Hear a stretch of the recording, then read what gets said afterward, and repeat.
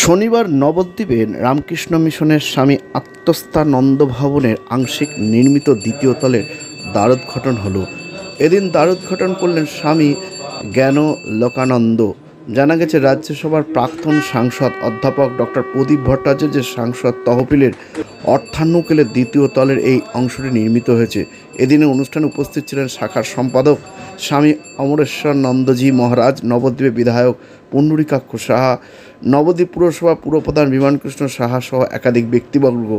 এখানে বিবেকানন্দ অভ্যুদয় প্রকল্পের সপ্তম থেকে দশম শ্রেণীর দুস্থ ছাত্রছাত্রী অবৈতনিক পাঠ, পুষ্টি, সাংস্কৃতিক শিক্ষা, ইংরেজিতে কথা বলা, কম্পিউটার প্রশিক্ষণ ইত্যাদি পরিষেবা পাবে। 130 জন ছাত্রছাত্রী এই পরিষেবাগুলি পাচ্ছে।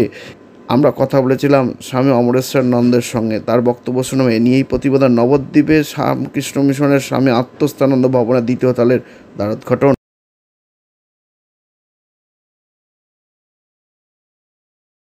রামকৃষ্ণ মিশনের আধ্যাত্মিক জগতের পরিস্থিতির মধ্য দিয়ে আর তার চেতনা, তার বন্দনা জাগ্রত হয়েছে।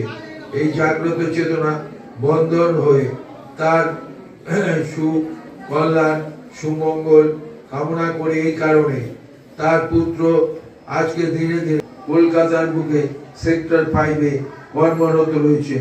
তাই ধীরে ধীরে রমা শাহ মহোদয় আমাদের উচ্চ মাধ্যমিক নবদ্বীপ দাস সুন্দরী বিদ্যালয় ভূমি এই রামকৃষ্ণ মিশনের প্রতি চলার মধ্যে রামকৃষ্ণ মিশন নবদ্বীপ শাখা একটি অবৈতনিক পাঠদান কেন্দ্র চলে। সেই পাঠদান কেন্দ্রের তৃতীয় শ্রেণী থেকে দশম শ্রেণী অবধি এই এলাকার গরিব ছাত্রছাত্রীদের পড়ানো হয়।